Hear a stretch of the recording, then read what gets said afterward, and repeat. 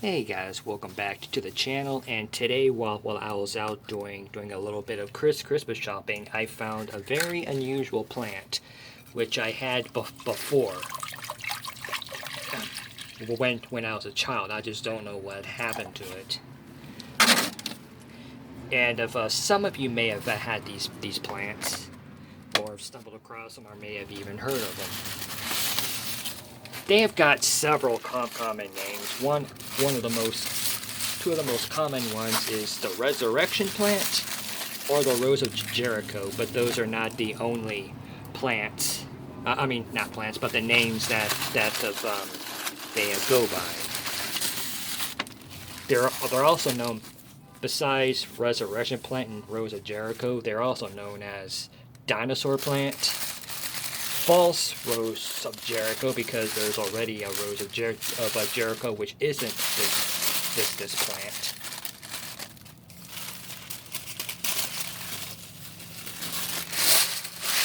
And stoneflower.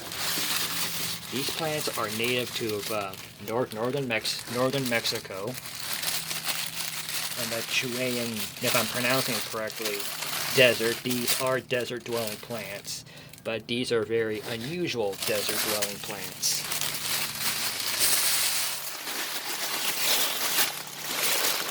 And popular culture, especially in this new age of religion, people often use some of it in their rituals. And this plant looks very dead at the moment. I got 3 of them. If you put them in water, and they're very sensitive about the water quality, which can actually harm them. They're like carnivorous plants, is that water quality does matter, but they're not as sensitive as carnivorous plants. You can use tap water, but you need to let it sit out for at least overnight to let the harmful chemicals drain, evaporate, or sink to the bottom. Who knows? Maybe that might generate into a new plant. These in their native habitats, these plants do act a little bit like tumbleweeds. Is that they have tumble around in the desert, and when they come across a little bit of water, they actually fully rejuvenate themselves, and when the water's used up, they actually shrivel back up to what you see before you. I'm still relearning stuff about this plant. They don't need any soil.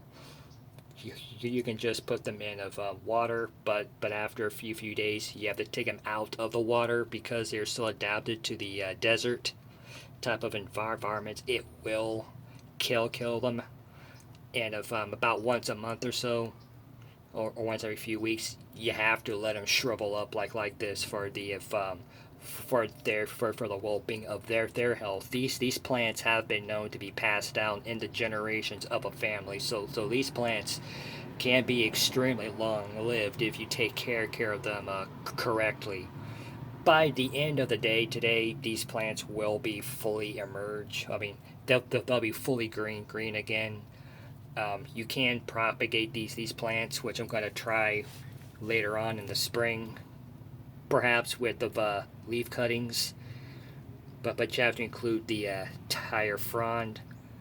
And these plants are actually more of related to ferns, so they do not have any flowers. They do reproduce by spores. So I'm going to put them in my listings with ferns because they are more related to the ferns, and these plants are some of the oldest living plants on the planet. And so when I do another video about these guys, they will be in full bloom. Not really bloom, but all green again. And so that's going to have to wait because I don't have anything to do a time-lapse camera with. And so until next time, give me a like, subscribe, drop me a comment, and I will see you next time.